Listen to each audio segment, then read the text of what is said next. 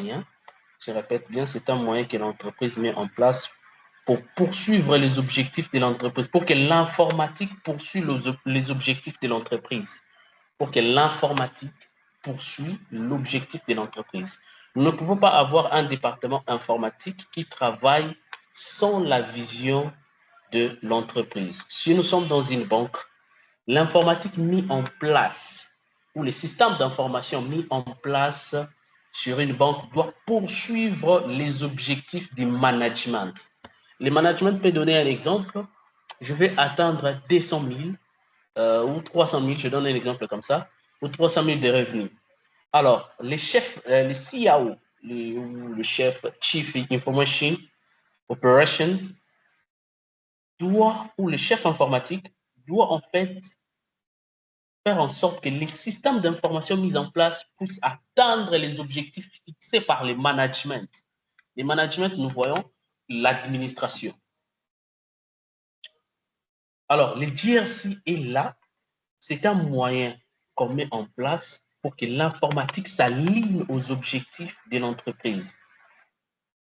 Donc, en bas, j'ai dit, les entreprises utilisent GRC pour atteindre leurs objectifs organisationnels de manière fiable, éliminer les incertitudes et satisfaire aux exigences de conformité. Alors, les trois piliers de la GRC expliquent simplement, c'est expliqué simplement par la gouvernance, risque et compliance. Et je vais entrer en détail sur chaque pilier. Nous commençons par la gouvernance. C'est quoi la gouvernance? La gouvernance définit les politiques, règles et cadres que l'entreprise utilise pour atteindre ses objectifs. Elle établit qui prend des décisions, comment et comment est-ce qu'on va, comment elles sont prises et qui est le responsable du résultat. Donc, tout est défini déjà au niveau de la gouvernance. Il y a, dans les départements de risque, il y a ce qu'on appelle aussi la cartographie des risques. Là, on voit la responsabilité. Je vais ensuite en parler. On voit, dans la gouvernance, on voit les politiques et les règles. Comment est-ce que l'entreprise doit marcher. Et les éléments, l'exemple le plus concret, j'ai dit, dans une banque, la gouvernance peut inclure la création d'un comité de direction qui supervise les projets IT. On dit par exemple pour le projet doit être piloté par les trois départements ou un groupe de comités que nous avons mis en place pour réaliser des projets IT. Il définit les priorités stratégiques et s'assure que les ressources sont utilisées de manière optimale. Donc, les gouvernances est là juste dans les décisionnels et sur la direction que doit prendre les objectifs de l'entreprise et les règles mises en place. C'est comme ça que, bon, quand j'étais développeur, tu vas dans une entreprise qui, en fait, il est dans le secteur financier.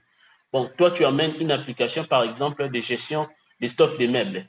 Pendant que, est-ce que cette application-là est prioritaire? Oui, on peut l'acheter plus tard, mais est-ce que c'est prioritaire par rapport aux objectifs qu'ils veulent atteindre? On peut le mettre de côté parce que les objectifs sont là et il y a ce qui est défini comme priorité sur l'infrastructure informatique. Mais la gouvernance gère aussi l'éthique et les responsabilités, partage transparent des informations, politique et résolution des conflits et les gestions de ressources. Ça, c'est la gouvernance qui manipule tout cela. J'espère que là-dessus, je suis un peu clair. Mais sauf...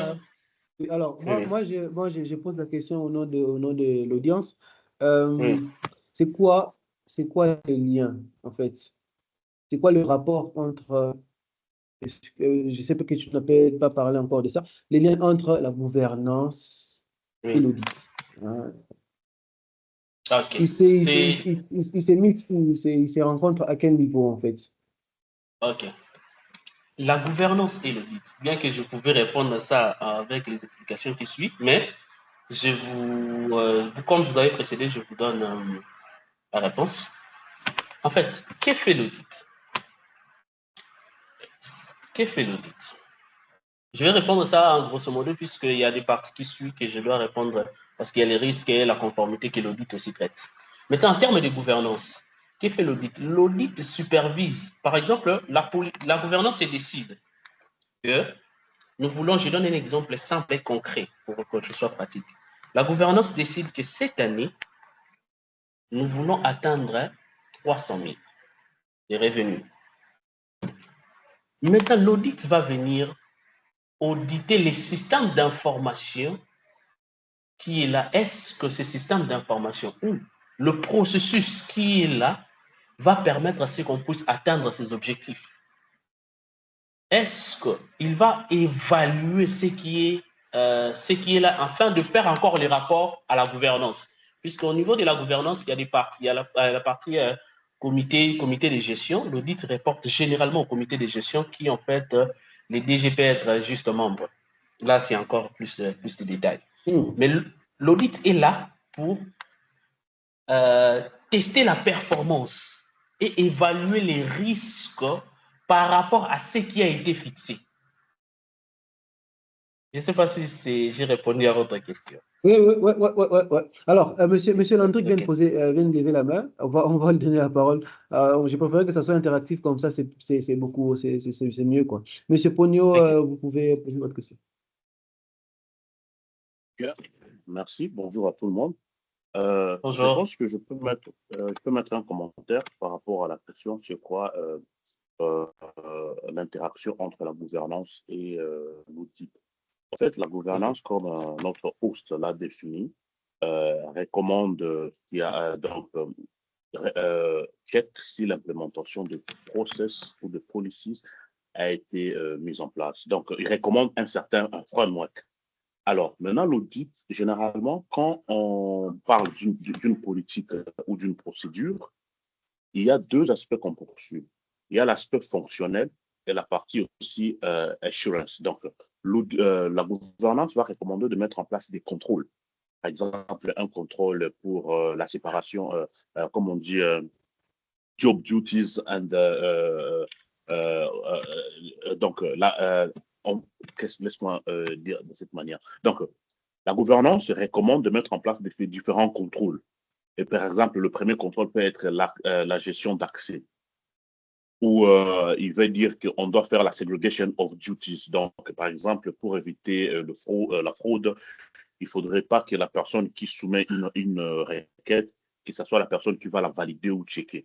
Alors, maintenant, un contrôle, généralement, il a deux aspects. Il y a la partie fonctionnelle, donc nous dire que non, nous atteignons les objectifs pour lesquels nous avons implémenté ce contrôle. Et il y a la partie maintenant assurance. Cette partie assurance, c'est là où l'audit vient. Quelles sont les évidences?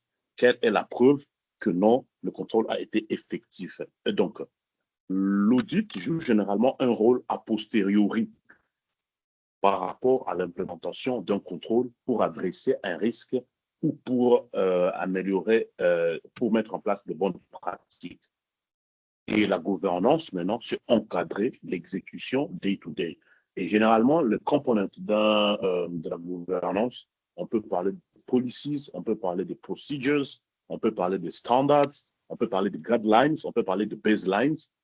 Donc, c'est tout un ensemble d'outils qui permet que l'entreprise puisse adresser ça peut être des risques, on peut nous aligner par rapport à une régulation donnée. C'est tout ce que je pouvais ajouter par rapport à la question. Merci.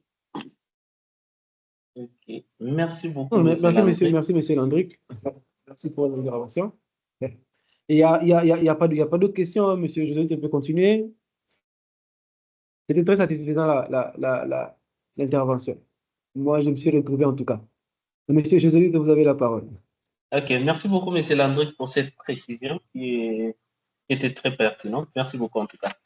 Alors, on va passer, je pense que côté gouvernance, il n'y a plus de questions. Nous passons maintenant au niveau du risque. C'est quoi le risque? Ou la gestion du risque, je veux parler de la gestion du risque. La gestion du risque consiste à identifier, évaluer et gérer les menaces qui pourraient nuire à l'organisation. La gouvernance a mis en place des politiques, tout ce qu'il faut pour une bonne continuité des activités ou une bonne organisation. La gouvernance met tout ce qu'il faut. Mais maintenant, il y a la partie où on doit gérer les risques parce qu'on ne manque pas de risques dans tout ce que nous faisons. Maintenant, la gestion des risques consiste à identifier, évaluer et gérer les menaces qui pourraient nuire à l'organisation. Cela inclut les risques financiers, juridiques, stratégiques et sécuritaires.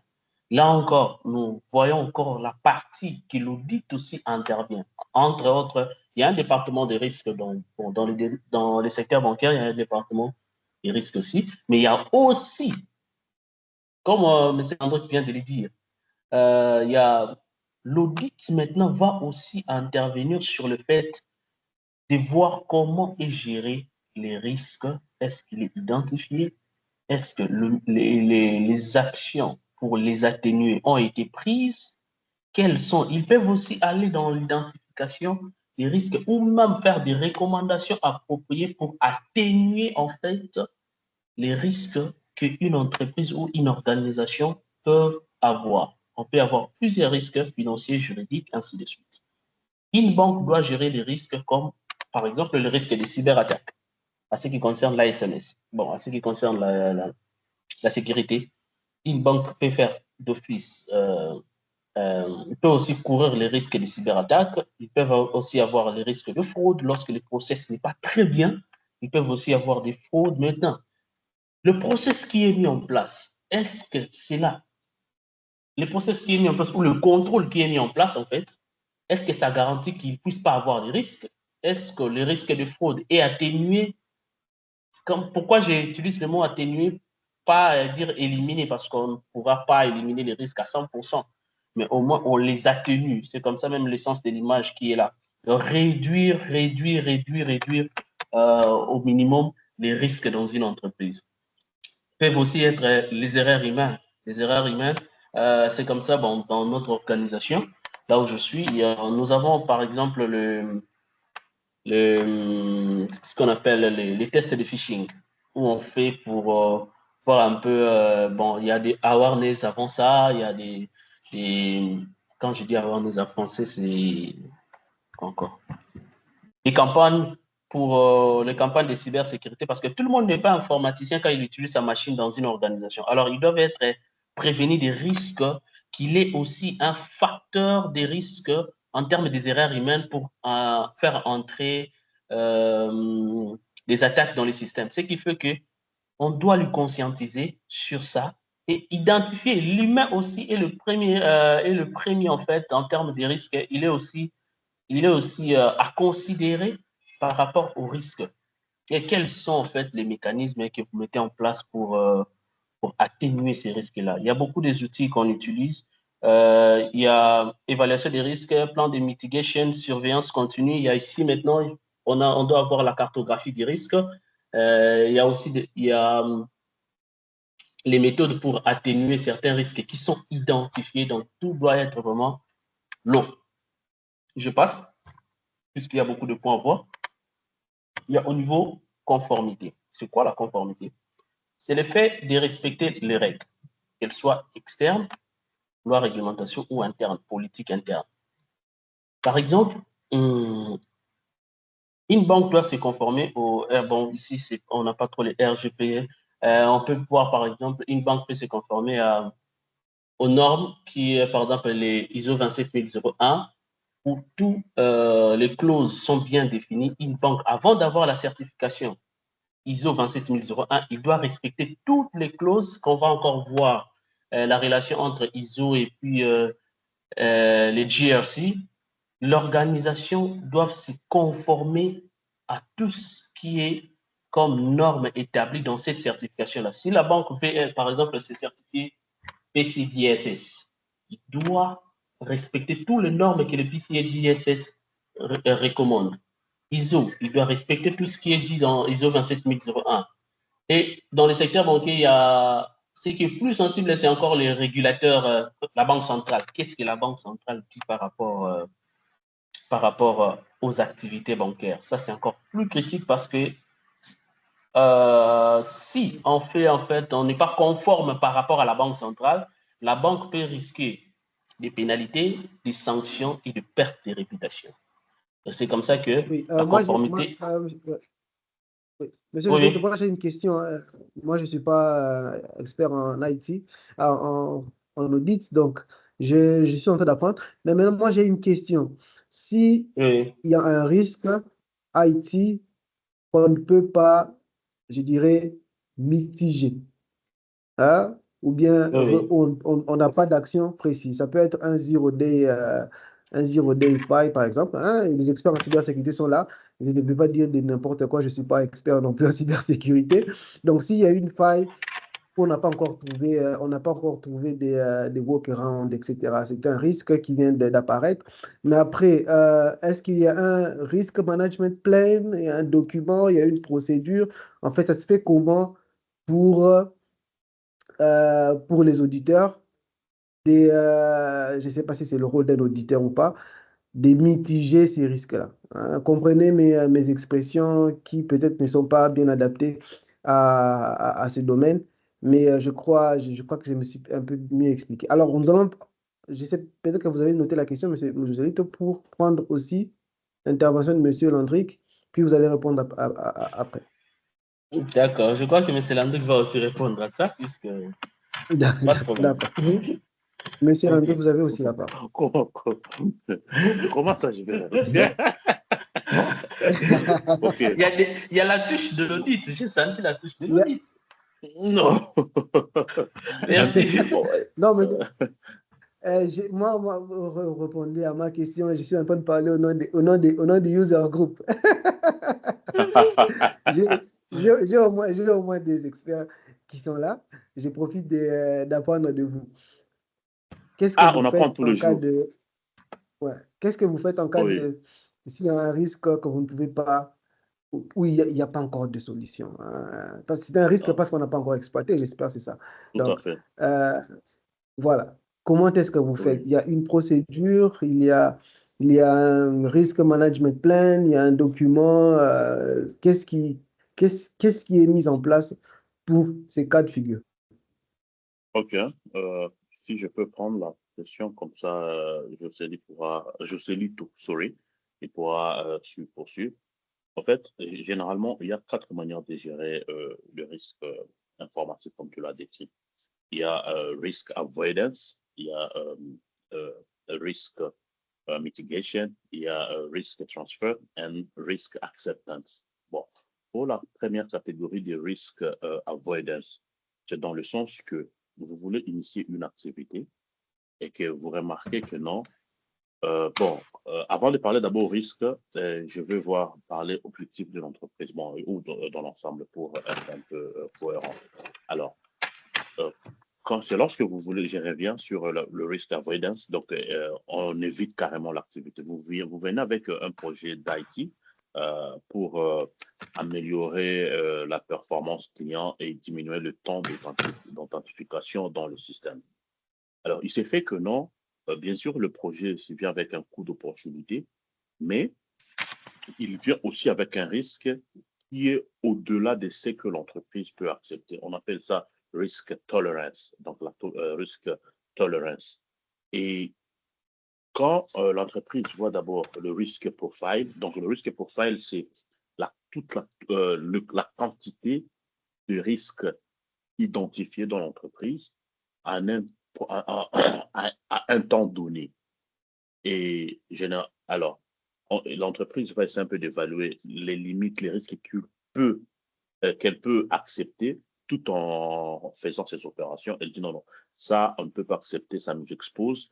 Et c'est encore, on va beaucoup perdre que ce qu'on peut gagner par rapport à cette opportunité. On refuse, on met à côté. Ça, c'est le risk avoidance. Le risque maintenant, mitigation, on a identifié le risque, toujours qui est supérieur à notre threshold, notre tolerance, donc qui est un peu plus supérieur, qui va augmenter les risques à l'entreprise. L'entreprise s'est dit, mais à la place, nous pouvons implémenter certains contrôles pour pouvoir diminuer, parce que le risque zéro n'existe pas, bien sûr. Alors, pour cet aspect, par exemple, on s'est dit, le mot de passe, par exemple, il était de 8 chiffres. et il n'y avait pas le multi-factor authentication. On ne pouvait pas mettre l'authentification à plusieurs facteurs. Alors, on s'est dit, OK, on peut mettre le mot de passe à 12 chiffres avec des chiffres, des lettres et des caractères spéciaux et on met un MFA en place. Là, on a diminué le risque. C'est ce qu'on appelle risk mitigation. Maintenant, pour le risque transfert, c'est le cas, on transfère le risque. On s'est dit, OK, nous, et généralement, on le fait à des assurances. C'est comme quand on fait avec Sona, le service routier, l'assurance. On te dit, OK, tu vas rouler, il y a le risque d'accident et tout, mais si tu as ton assurance, sur le 100% de dégâts, on peut te couvrir à 80%. Mais on reste toujours accountable. On a toujours la responsabilité en tant qu'entreprise vis-à-vis du risque. Mais vous avez transféré cette partie-là. Mais généralement, ça peut c'est la partie financière. Ce n'est pas que, par exemple, on s'est dit, bon, avec notre système en place, nous avons des anciens systèmes qui ne sont pas compatibles avec les régulations, les nouvelles régulations, les nouveaux standards de sécurité ou des technologies governance. Alors, qu'est-ce qu'il faut? On s'est dit, OK, on ne pourra pas, bien sûr, implémenter ça chez nous, ou on n'a pas les compétences, parce que le manque de compétences est aussi un risque. On s'est dit, OK, nous prenons le third party, un partenaire chez qui il va nous gérer, par exemple, le SOC, ou il va nous gérer une autre fonction pour adresser les risques dans l'entreprise. Et pour maintenant finir, le risk acceptance. Le risk acceptance, c'est généralement ce quand on se dit, OK, le risque, si nous voulons adresser ces risques que nous avons authentifiés, ça peut être technique, financier ou quel autre risque, le contrôle sont un peu plus coûteux que le risque. Et c'est aussi dans la tolérance de l'entreprise. Alors, on s'est dit, OK, ça, on peut accepter, mais on doit documenter cela et on doit mettre dans un registre de risques qu'on appelle Risk Register. Alors, revenons maintenant sur la question où il y a des risques qu'on ne peut pas adresser. Ça, c'était ça la question. J'ai voulu d'abord donner un peu la généralité pour maintenant adresser ces cas particuliers. Alors, pour le cas des zero day ou des hard, on appelle ça des vulnérabilités difficiles qu'on n'a pas encore trouvé des workarounds sur le marché.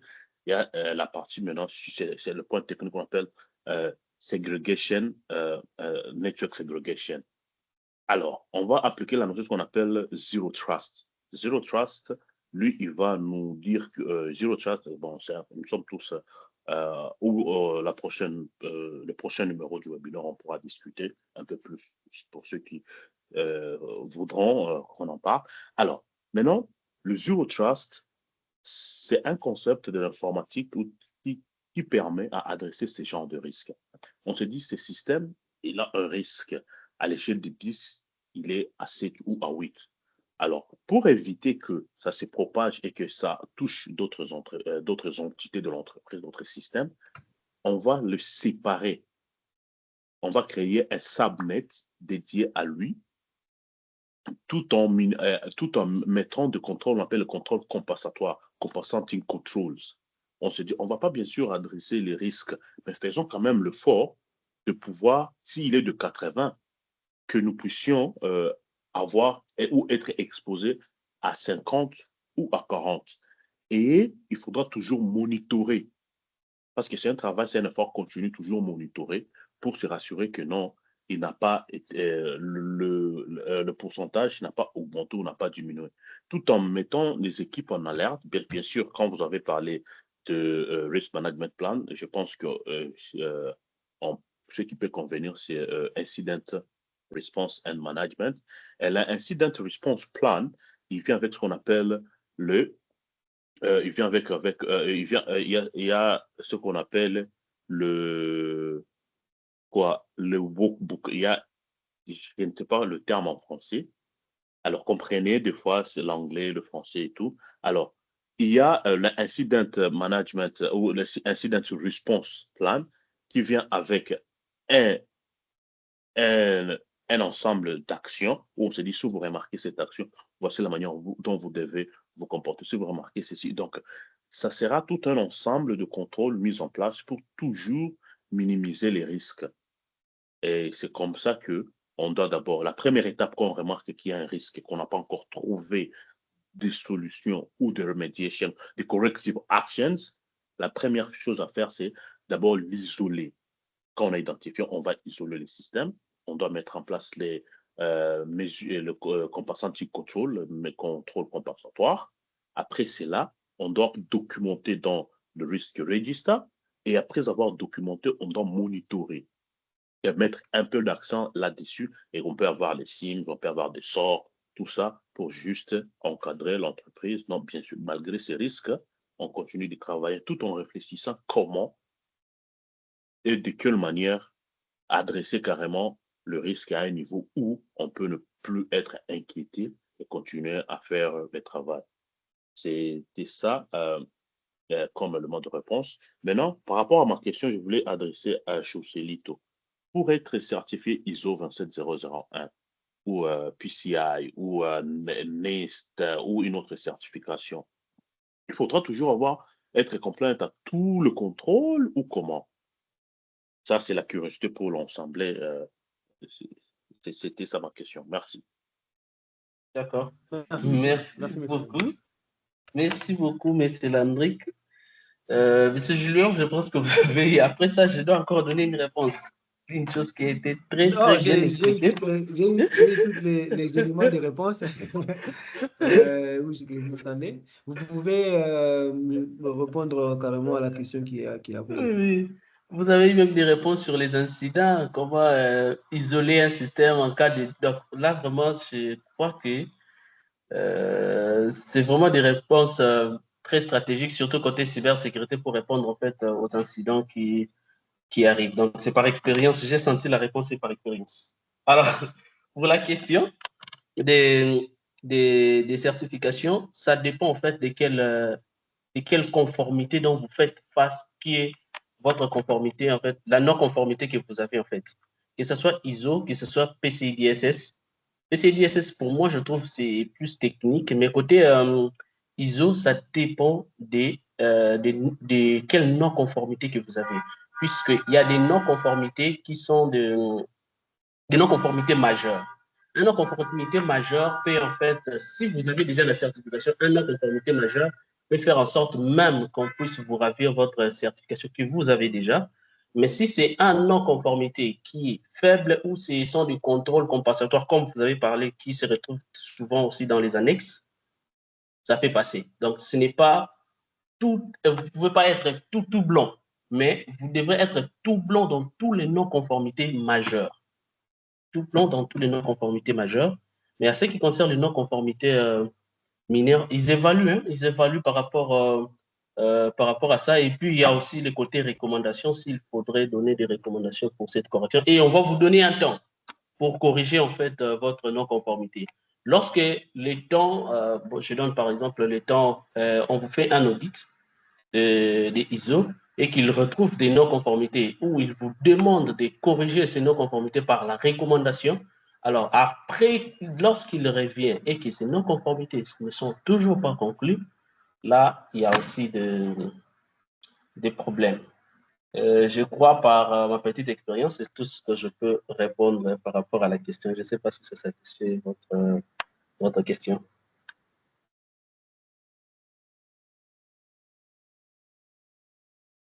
Parce qu'il y a... Ok, je continue. D'accord. Okay. Merci beaucoup pour ces moments d'échange. Alors, pour bien expliquer encore, je vais donner l'analogie que j'ai préférée, que j'ai trouvée compréhensible par rapport au GRC. Il y a l'analogie, imaginez que votre organisation est une voiture.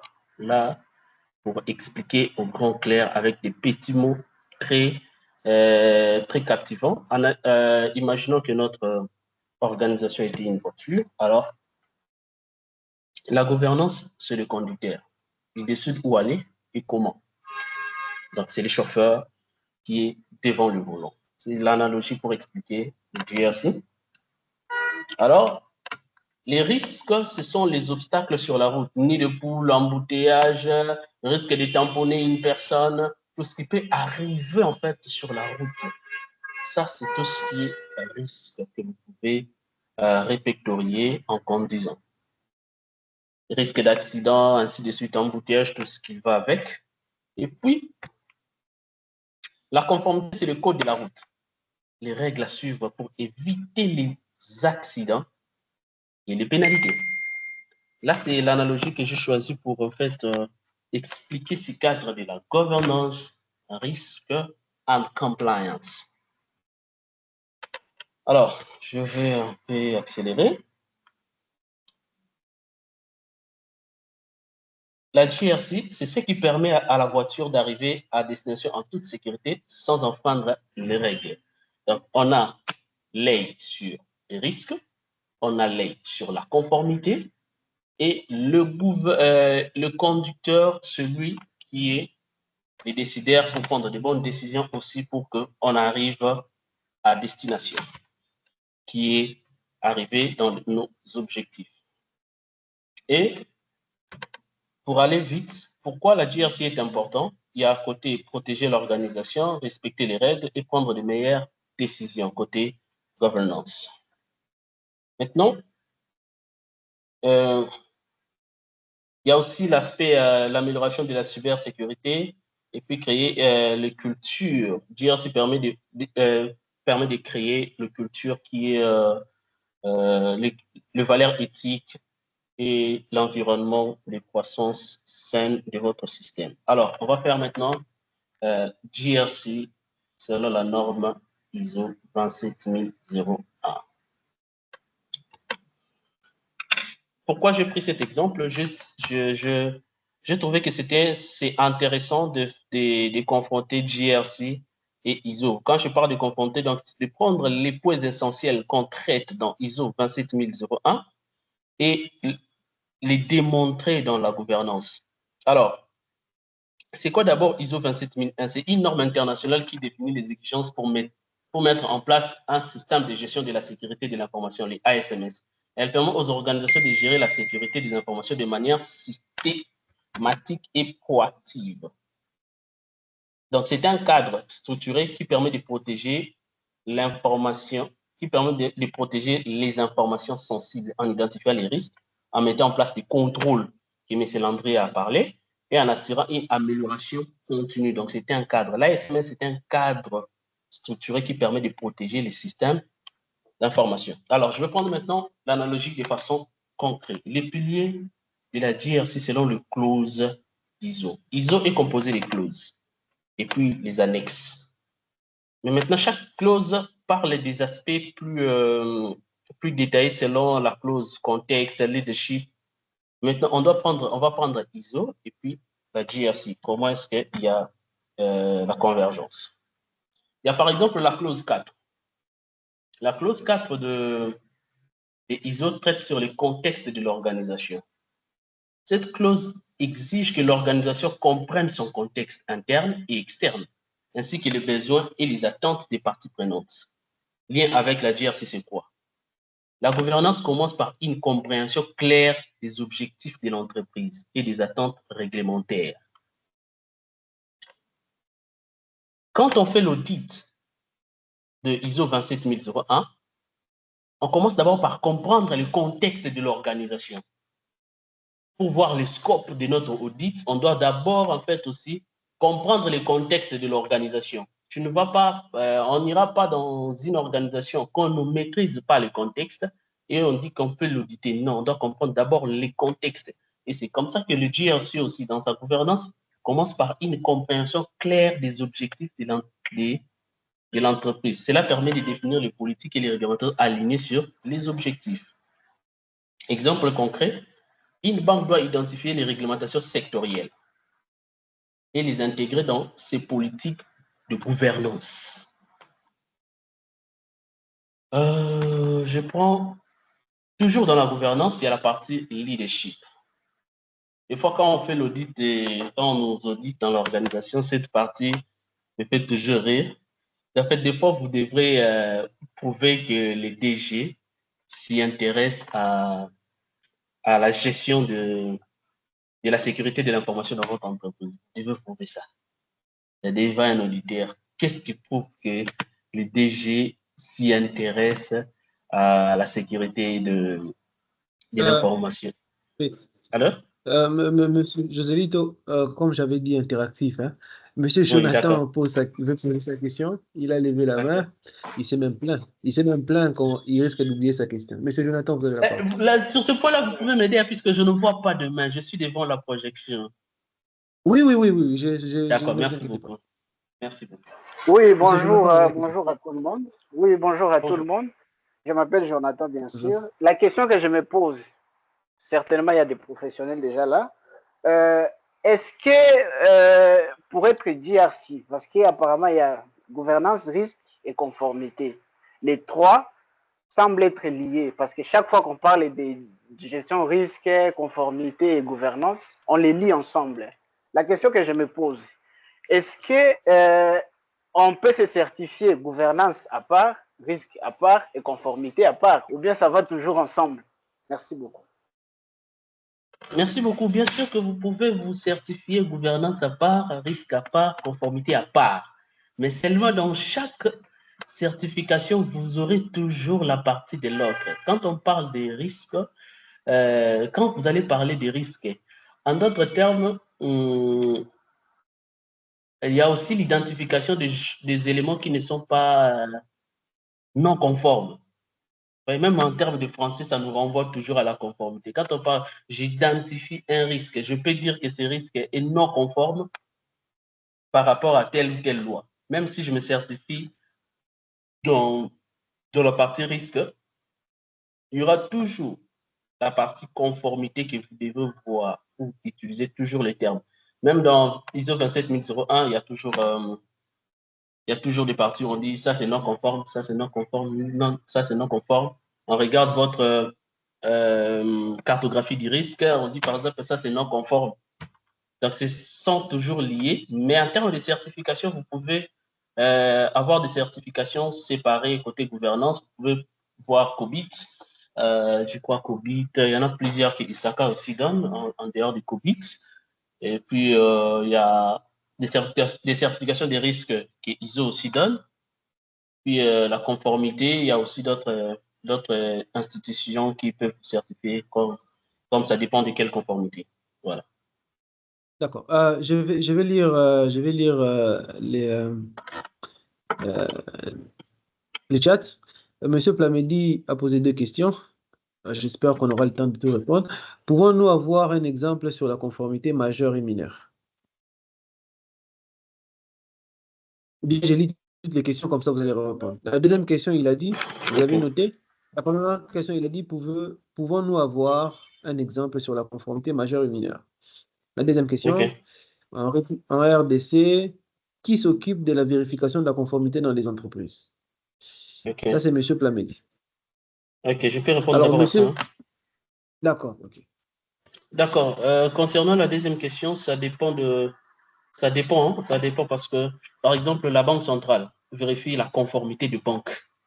Parce que nous sommes dans un secteur de la Banque centrale. Donc, en réalité, chaque secteur a un régulateur qui, je crois, les télécoms aussi a son régulateur qui, en fait, doit tester la conformité par rapport à ces régulateurs. Mais maintenant, la Banque centrale dit que toutes les banques doivent être certifiées ISO.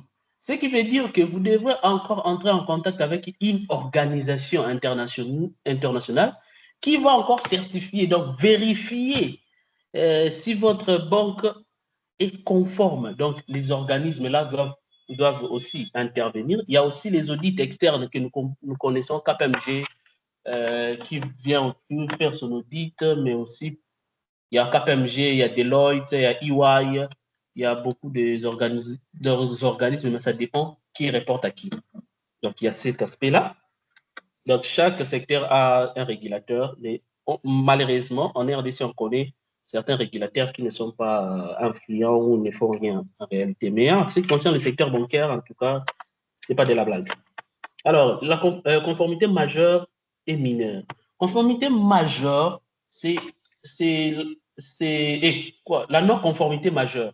C'est toute non-conformité qui peut toucher en fait à l'atteinte des, comment je peux dire, que les services puissent être que les services puissent être, par exemple, down. Tout ça, c'est majeur, par exemple. Je donne en termes de cybersécurité. Si un hacker arrive à faire même les... Je ne sais pas si monsieur qui avait posé la question, s'il est informaticien, je prends par exemple les DDoS. Si un hacker arrive à faire tomber une banque avec des DDoS, avec juste l'attaque DDoS, il arrive à atteindre même les serveurs du core banking. Là, c'est tellement high, en fait. Donc, il faut mettre tous les contrôles qu'il faut pour que cela n'arrive pas. La conformité mineure, c'est un danger, mais qui, en fait, ça peut passer et puis on doit corriger ça pour juste prévenir, mais c'est quelque chose qui peut arriver. Je donne un exemple, je fais le revue des utilisateurs. Moi, je fais, même chez nous, là, je fais revue des utilisateurs. Je dis, par exemple, il y avait un utilisateur qui avait accès au core banking pour faire des transactions. Le core banking est logé dans un serveur ici, un serveur local, dans notre réseau local. Et cet utilisateur a accès au système via Active Directory. Mais il a aussi, on lui crée aussi un compte au niveau parce que Active Directory pour avoir accès à sa machine. Et maintenant, après qu'il a accès à sa machine, il peut travailler avec le core banking, avec un autre mot de passe, avec un autre compte du core banking. Il arrive que cet utilisateur-là a quitté. On lui désactive dans l'Active Directory. Mais il est resté actif dans le core banking, par exemple. Or, pour entrer au niveau du core banking, il doit d'abord se connecter avec la machine de la banque, avec son Active Directory. Ce qui fait que, déjà, si j'analyse les cas ici, normalement dans le core banking aussi, il doit plus être là comme actif. On doit lui désactiver, mais on lui a laissé actif, mais on l'a désactivé dans l'Active Directory. Il n'a plus accès à sa machine. Donc, quitte à moi maintenant d'évaluer quelles étaient les actions qu'il était en train de faire dans le core banking, à quel niveau c'est high. Ça peut être mineur parce qu'il n'a plus en réalité accès à la machine de la banque. Parce qu'il est déconnecté au niveau de l'Active Directory. Donc, je crois que j'ai répondu à des questions. L'autre question? Oui. Vous pouvez continuer la présentation. Oui. Je vais vous lire les questions. Je voulais plutôt oui, monsieur. Répondre, ajouter à ce que Jocely doit parler sur non-compliance majeur et mineur.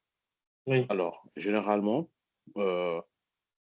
on catégorise tout ce qui est critique, tout ce qui est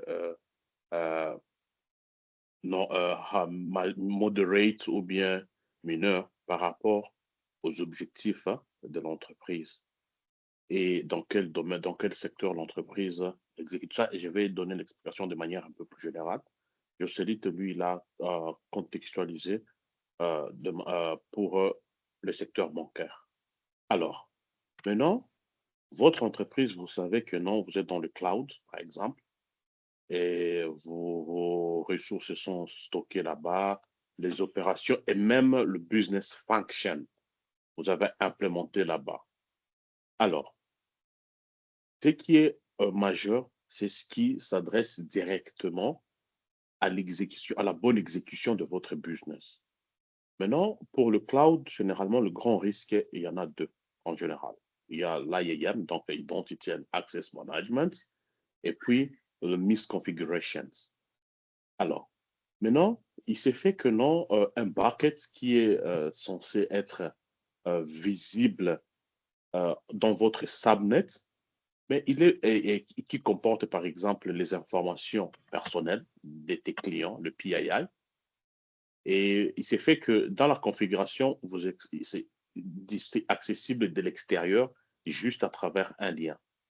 Alors, ça, déjà, si vous êtes vous êtes en Europe, par exemple, où ils mettent un accent sur le GDPR, là, ça devient majeur parce qu'il y aura la régulation, le data controller. Il va venir s'imposer, il va dire non, non, vous n'êtes pas compliant et tout, et vous risquerez des amendes. Ça, c'est la partie misconfiguration où vous exposez des données que vous n'êtes pas censé exposer. Maintenant, nous sommes en Afrique et que maintenant, il y a la partie maintenant Identity and Access Management. Il s'est fait que maintenant, par rapport maintenant à la cybersécurité, maintenant par rapport aux identités, il s'est fait que quelqu'un peut avoir accès sans le mécanisme d'authentication. On a connu des cas avec les API. Tu vas avoir des requêtes venues de l'extérieur. Ils font leur requête et il y a la réponse. Là, derrière, on n'a pas mis la fonction authentication où on doit checker, communiquer avec l'authentication server. Alors, ça aussi, c'est majeur dans le sens que ça expose des ressources qui sont stockées au cloud et ça peut même faire tomber ton business. Alors, maintenant, généralement, actuellement, bon, j'ai compris que Jocelyn nous a préparé la présentation plus sur Cyber Governance, Risk and Compliance. Généralement, il y a aussi la partie, il y a Technology Governance, Risk and Compliance, qui est un peu plus large que le risque cybersécurité. Alors, maintenant, pour ce qui est maintenant mineur, c'est par rapport à l'impact que ça pourra donner à ton business. Généralement, la fonction du risque, si on peut, j'aime bien, Gilbert, c'est un matheux, moi aussi j'aime un peu le maths. Le risque, par définition, c'est défini par l'impact et aussi la fréquence, la fréquence, ou je peux dire la probabilité par rapport à un risque. Alors, pour maintenant encadrer et te dire que c'est cette non-compliance est mineure, il faut voir quel est l'impact que ça aura sur ton business, quelle est la disponibilité et aussi en globalité, c'est quoi le risque que court ton business et qu'est-ce qui adresse, qu'est-ce qui décrit que ceci est majeur et mineur, c'est par rapport à ta manière d'exécuter le business, c'est les secteurs où se trouve ton business, c'est la manière dont tu atteins tes clients. Et donc, moi, j'aimerais réorienter et encadrer l'aspect business que la partie GRC, cybersecurity et où technology manque à ne pas emphasize que nous sommes là, c'est pour supporter l'exécution du business. C'est tout ce que j'avais à dire par rapport à la question que Plamedi a posée. Merci. Super. Ok, Je merci vous beaucoup. la parole. Oui, merci beaucoup. On peut continuer avec la présentation si ce n'est pas encore fini. Comme ça, on prendra la séance de questions plus tard. Merci beaucoup, Monsieur Landrick. Encore une fois, je dis toujours souvent aux gens de la conformité dans les départements du compliance, généralement, la conformité n'est pas là pour bloquer quoi que ce soit. Ça ne sera pas fait. Ça ne sera pas fait parce que ce n'est pas non conforme. Non. Nous sommes là, comme M. Landrick l'a dit, pour en fait, l'objectif que le management a fixé, c'est atteindre, par exemple, telle chose. Nous, maintenant, étant que des experts, nous sommes là pour accompagner cet objectif-là et cela puisse être réalisé. Moi, je ne suis pas expert. Je ne suis pas expert, s'il vous plaît.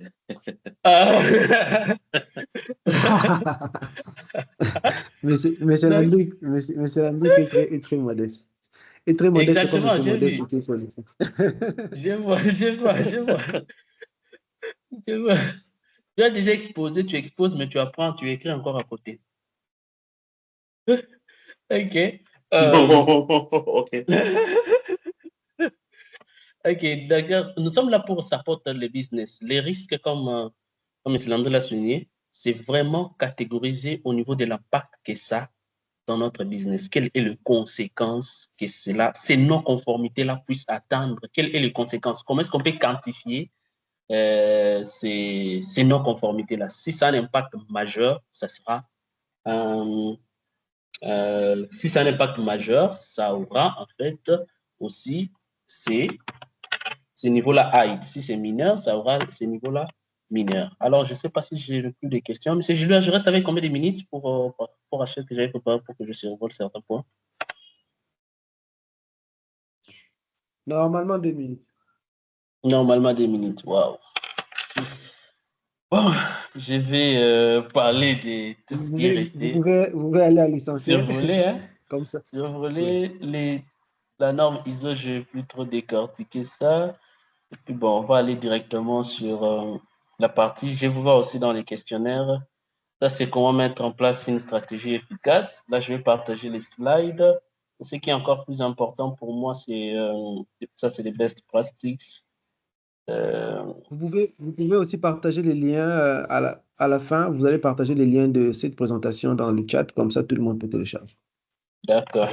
Maintenant, je veux plus parler survolé aussi, hein. GRC pour les développeurs et les vendeurs d'applications.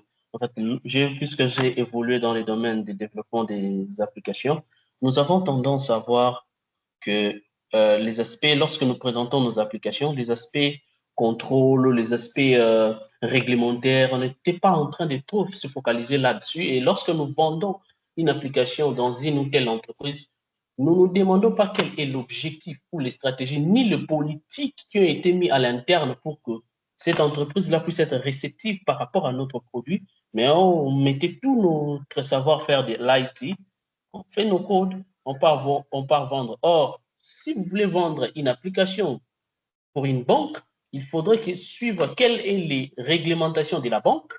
Par exemple, le PCI DSS qui parle sur les cryptages des données en transit lorsqu'on fait des transferts d'argent.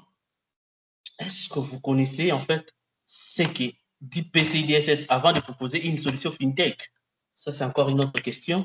Est-ce que lorsque vous proposez une application, par exemple, sur les politiques internes, chez nous, par exemple, pour créer un utilisateur, on doit avoir un inputter et un authorizer. Là, le manager doit autoriser les maintenances faites par l'initiateur. Est-ce que vous avez le temps? Déjà, chez nous, peu importe les niveaux de mystification, peu importe les niveaux que cette application a, lorsque ça ne respecte pas nos politiques internes et les politiques que nous suivons, PCI DSS et ISO, l'application ne passe pas.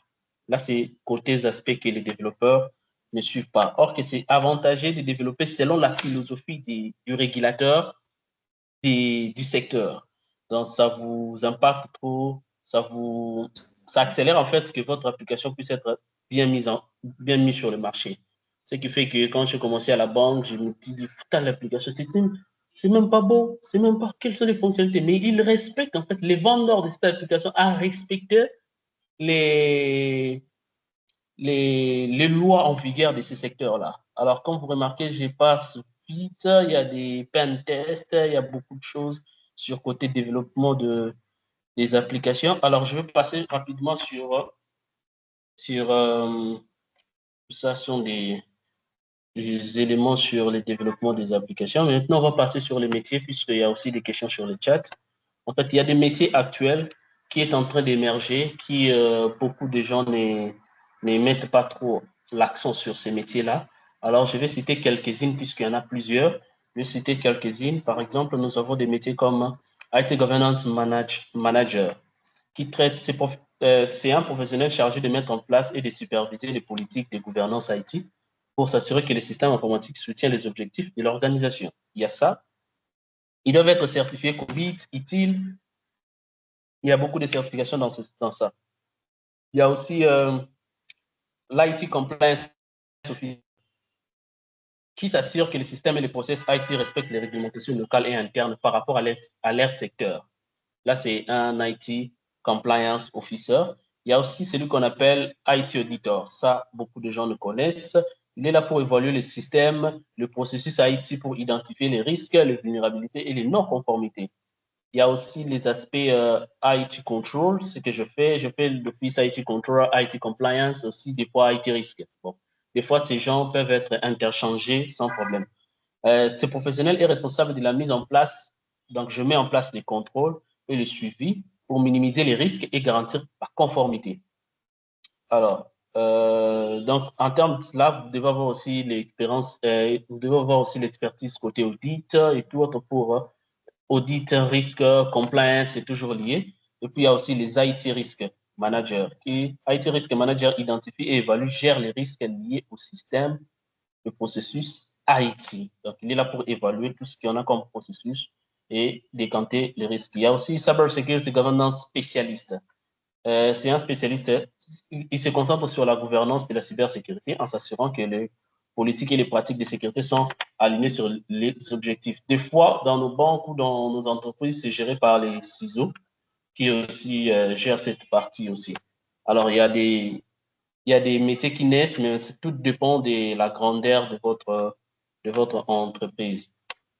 Et pour vous rassurer, la demande de ces domaines est croissante dans ces secteurs. J'ai commencé dans le domaine des IT Control and Compliance ici dans cette banque, mais j'ai eu pas mal d'opportunités. Quand on me bouge, non, telle banque cherche, telle banque cherche. Récemment, j'ai vu l'offre chez Vodacom, IT Control and Business Continuity.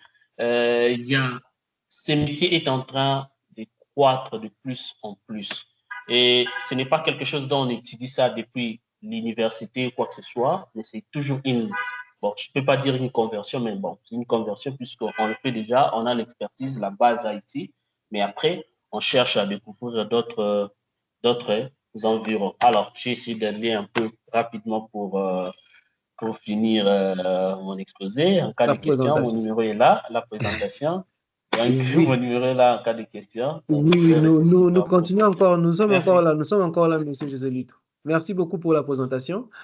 Nous sommes encore là, ne partez pas encore, hein.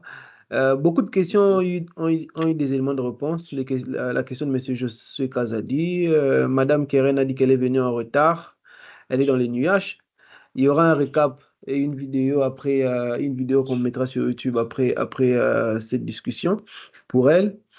Je prends la question de M. Shadrach Bessongo qui a dit en RDC, existe-t-il un site web index des conformités qui lie un secteur d'activité à une liste de conformités à satisfaire?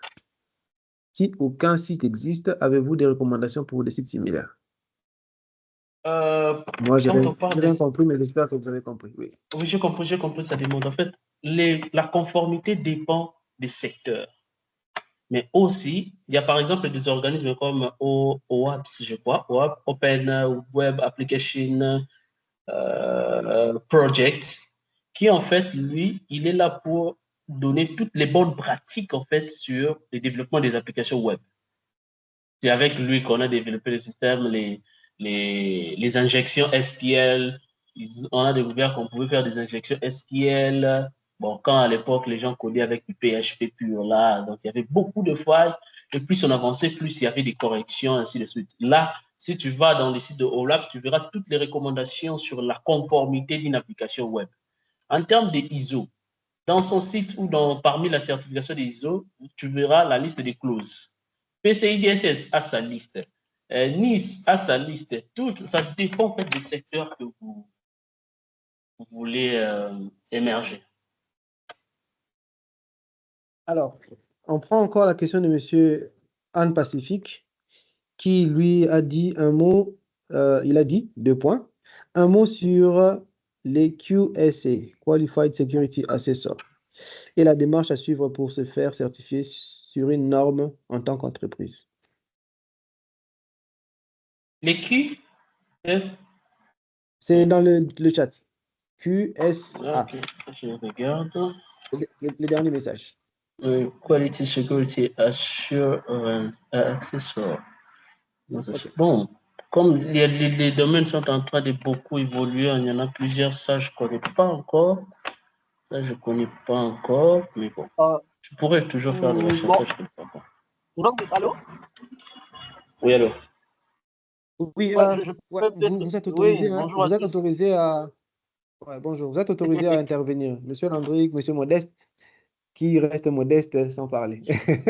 Arrivé là, ouais, je peux peut-être clarifier ma question, hein, parce que peut-être à Oui. l'écrit comme ça passe pas. Donc, je voulais savoir un mot sur les QSA. En fait, les QSA, ce sont des entreprises qui sont habilitées à accompagner, à faire certifier une entreprise par rapport à une norme. On va voir, par exemple, si une entreprise veut se faire certifier PCI DSS, il va contacter EQSA qui va conduire des audits à blanc et accompagner l'entreprise vers une certification. Pareil pour ISO 27001, ISO 20000 et tout de suite. Donc, c'est un peu dans ce sens-là. Et les entreprises, là, on les appelle des QSA. Je ne sais pas si c'est clair maintenant. Oui, c'est clair. Je ne savais pas qu'on les appelait comme ça. Nous, on utilise digital, j'ai oublié le nom, et puis on utilise aussi Deloitte pour des audits à blanc, pour, euh, pour, euh, pour qu'on nous effectue de- des évaluations pour la non-conformité et autres. Mais après, il y a des organismes comme PCB qui va maintenant vous certifier, qui va aussi faire son audit à lui, en fait, pour certifier. Parce qu'après, vous allez d'abord avoir l'audit à blanc, une préparation, en fait, avec une organisation comme Deloitte, KPMG, Digital GUI. Nous, on fait plus avec Digital GUI. J'ai été aussi formé par Digital GUI avec 27001, par Digital GUI qui m'a préparé à la certification avec TUV. Donc, il y a plusieurs organismes que vous pouvez contacter, mais avant ça, il y a d'abord une préparation que vous vous rassurez, parce qu'on vient à peine de, nous, par exemple, on vient à peine de finir pour 2025, on vient à peine de finir ce qui est audit des préparations et on va attaquer avec PCB pour la certification de l'organisation encore pour 2025 qui se renouvelle chaque année. Donc ça dépend. Il y a contacter seulement les organismes qui les font.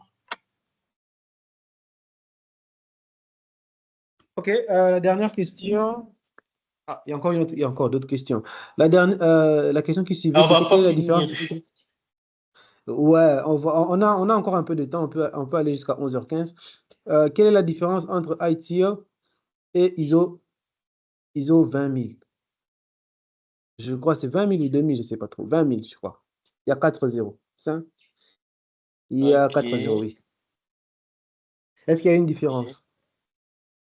Bon, il y a une différence parce que c'est des organismes, en fait, d'abord, ISO, c'est bien qu'ils traitent sur les services, ITIL aussi traite sur les niveaux de service, mais la différence se résume à, à l'intérieur par rapport à chaque spécificité. Et bon, pour donner plus de précision entre les deux, je n'ai pas encore fait la certification ITIL. Ok.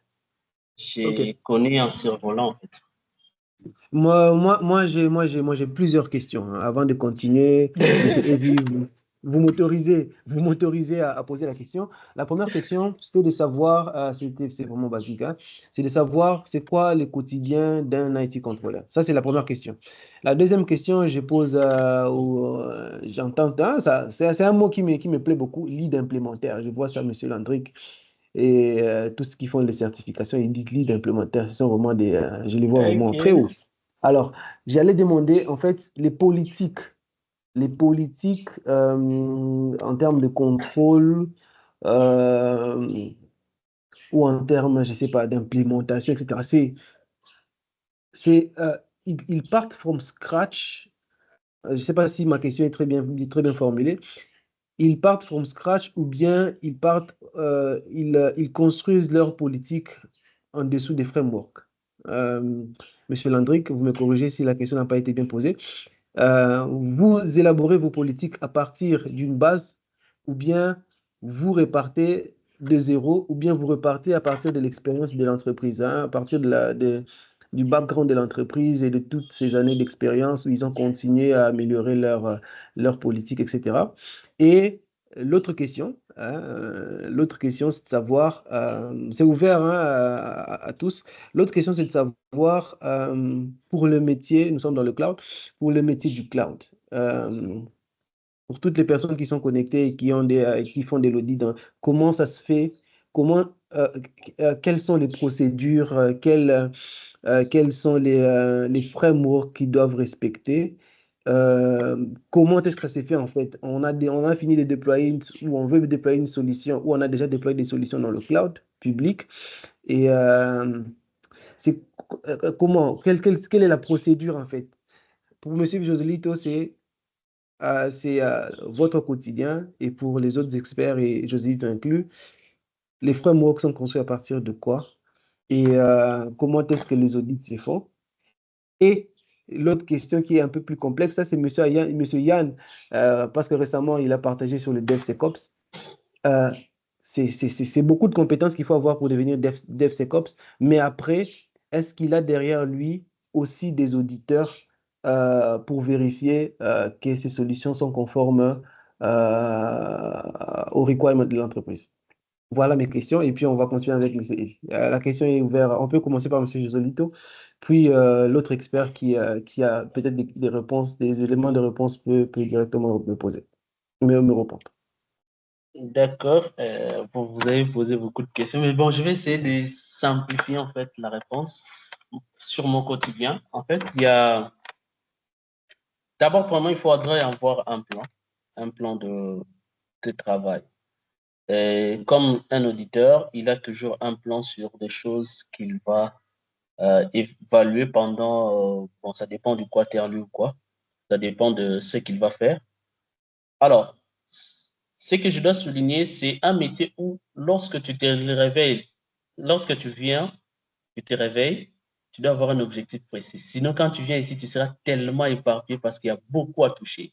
Mon quotidien, si je dois le dire, il y a par exemple, j'ai des applications comme un SOC, mais bien que je ne suis pas dans les cybersécurités proprement dites, j'ai des applications qui, en fait, déjà, qui fait mon travail de m'analyser les logs des serveurs.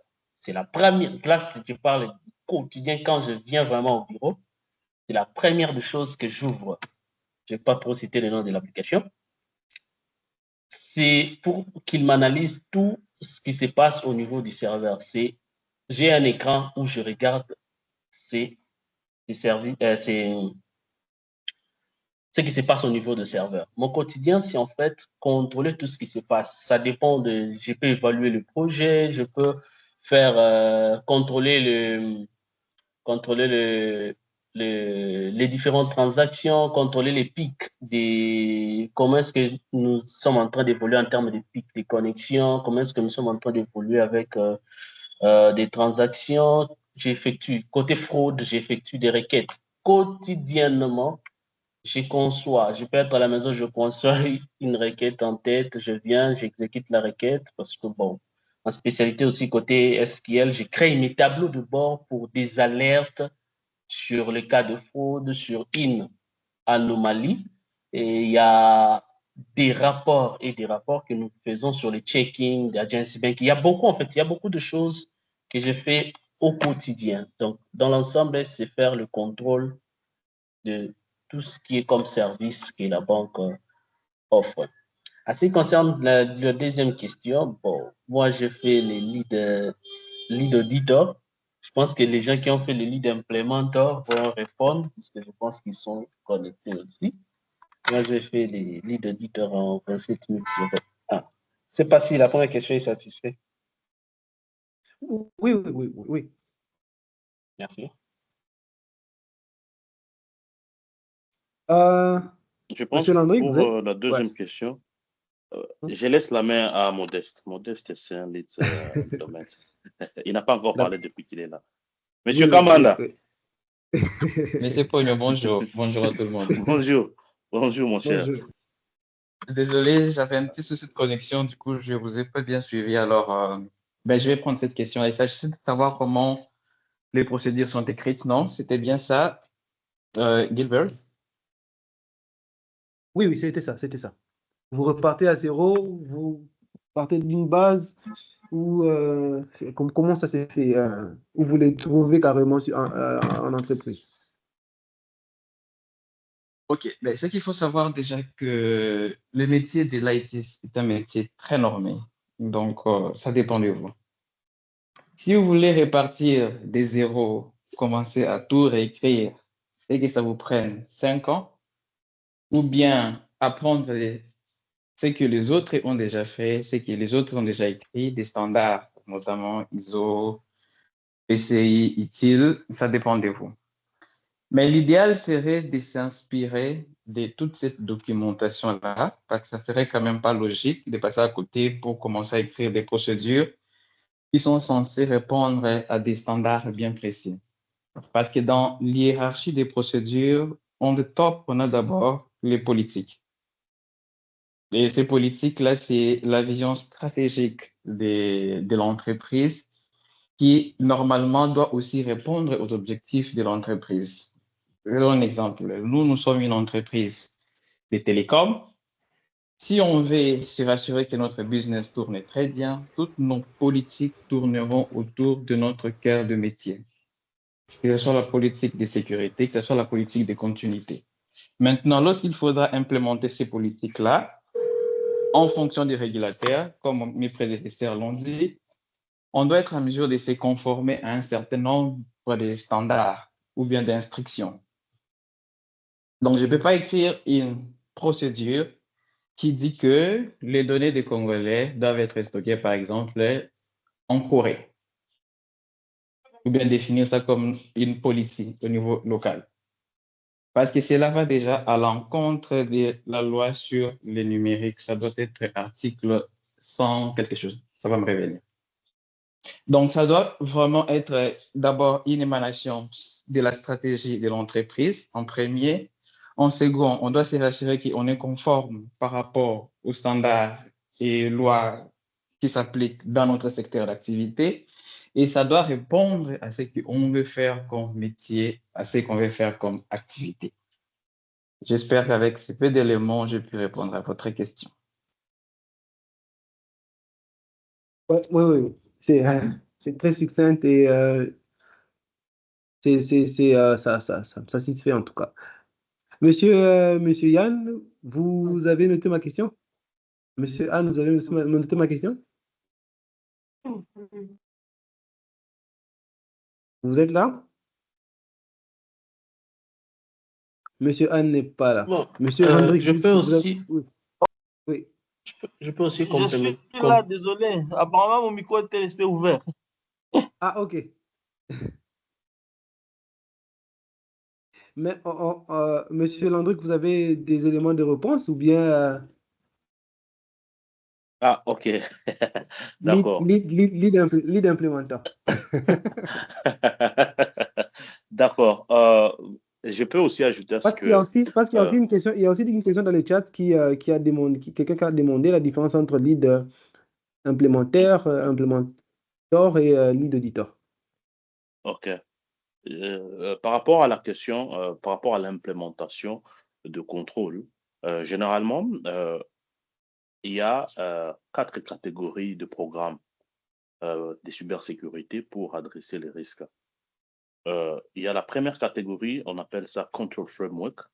La deuxième catégorie, le Program Framework. Et la troisième catégorie, c'est le Risk Framework.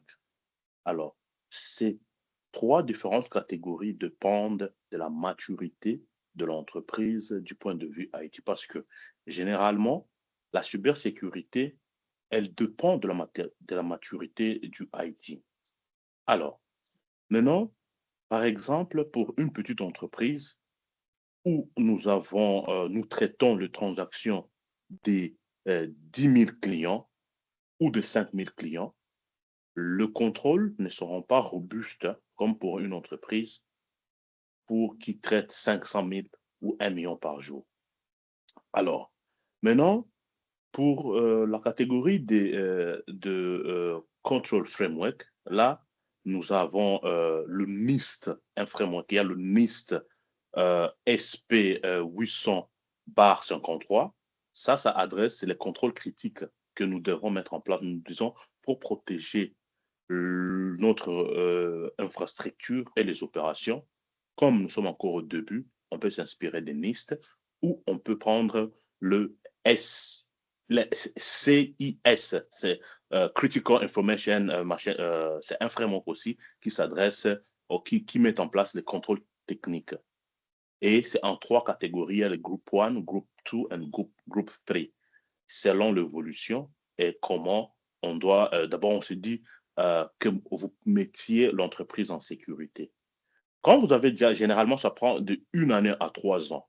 Quand vous êtes déjà mature, vous avez fini cette phase, vous dites que non, on peut maintenant essayer, aller maintenant un peu plus haut. Maintenant, on va parler du programme framework.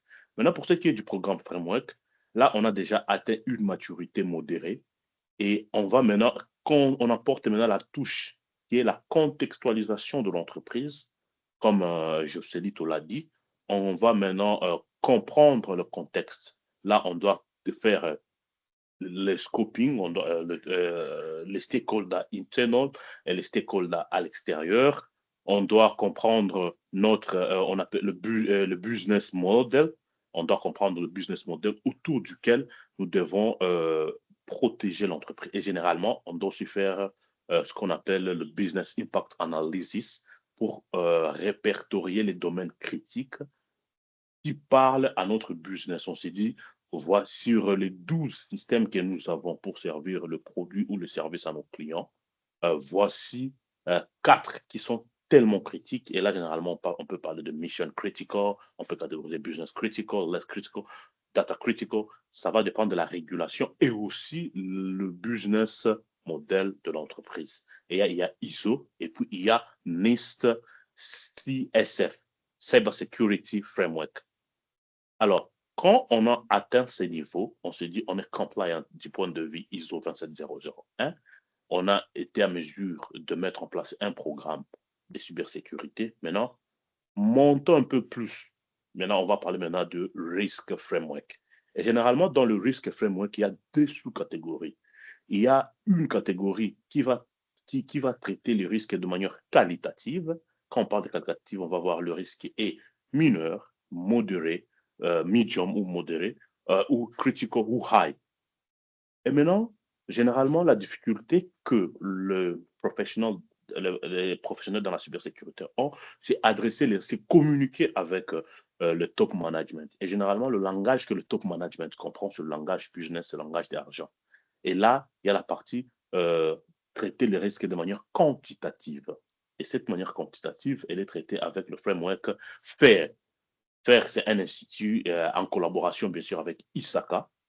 Ils ont mis en place ces frameworks pour traiter le risque de manière quantitative. On t'a dit, par exemple, si on n'implémente pas, par exemple, on ne met pas le firewall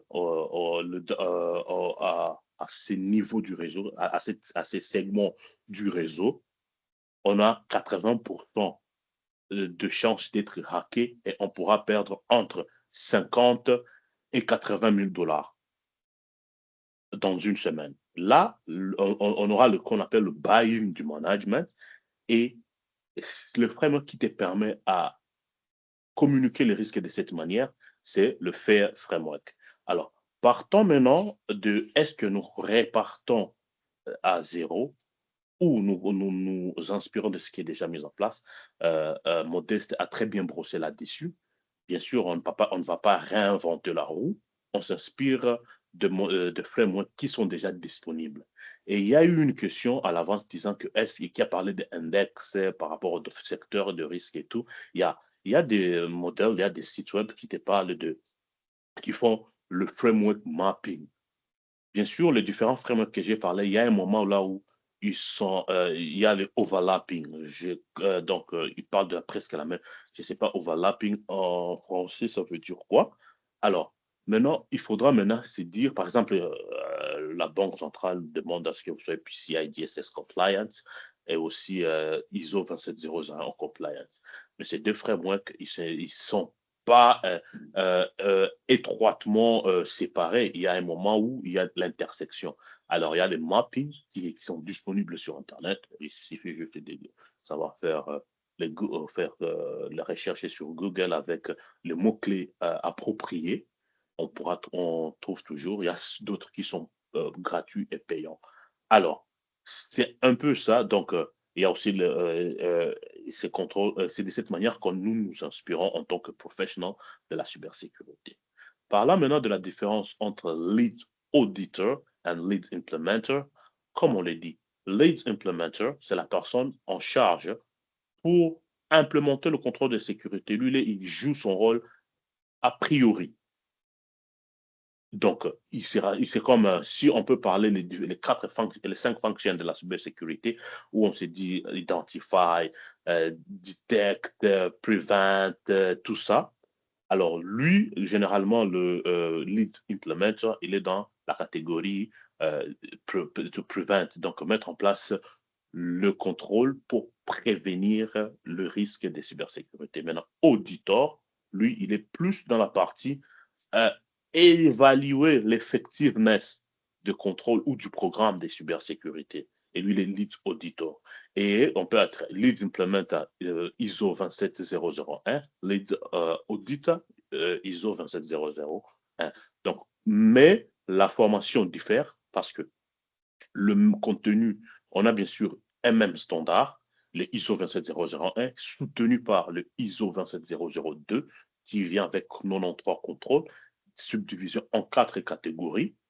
Alors, maintenant, le lead implementer, lui, il va faire la formation, le contenu de cours et tout ce qui vient avec pour le montrer comment faire le mapping, comment implémenter, comment comprendre un contrôle de sécurité avec un système de gestion d'information. Maintenant, le lead auditor, lui, on va le former pour pouvoir évaluer les évidences, comment prendre des évidences, comment évaluer une procédure avec une policy, comment aller chercher les différents baselines que leur policy disent que non. Par exemple, pour être compliant, du point de vue asset management, nous ne devons plus avoir Windows XP dans notre infrastructure. Ça, c'est ce qui donne ce genre de détails, c'est le baseline. Parce que dans une policy, tu ne pourras jamais voir, on te parle d'une technologie de manière précise. Alors, toi, en tant qu'auditeur, tu dois savoir différencier qu'est-ce que je dois checker au niveau de policy, qu'est-ce que je dois checker au niveau de procedures, qu'est-ce que je dois checker au niveau des standards, baseline and guidelines, qui sont des recommandations à prendre ou à laisser. Et donc, c'est un peu ça comme élément de réponse que je peux fournir aux différentes questions. Merci.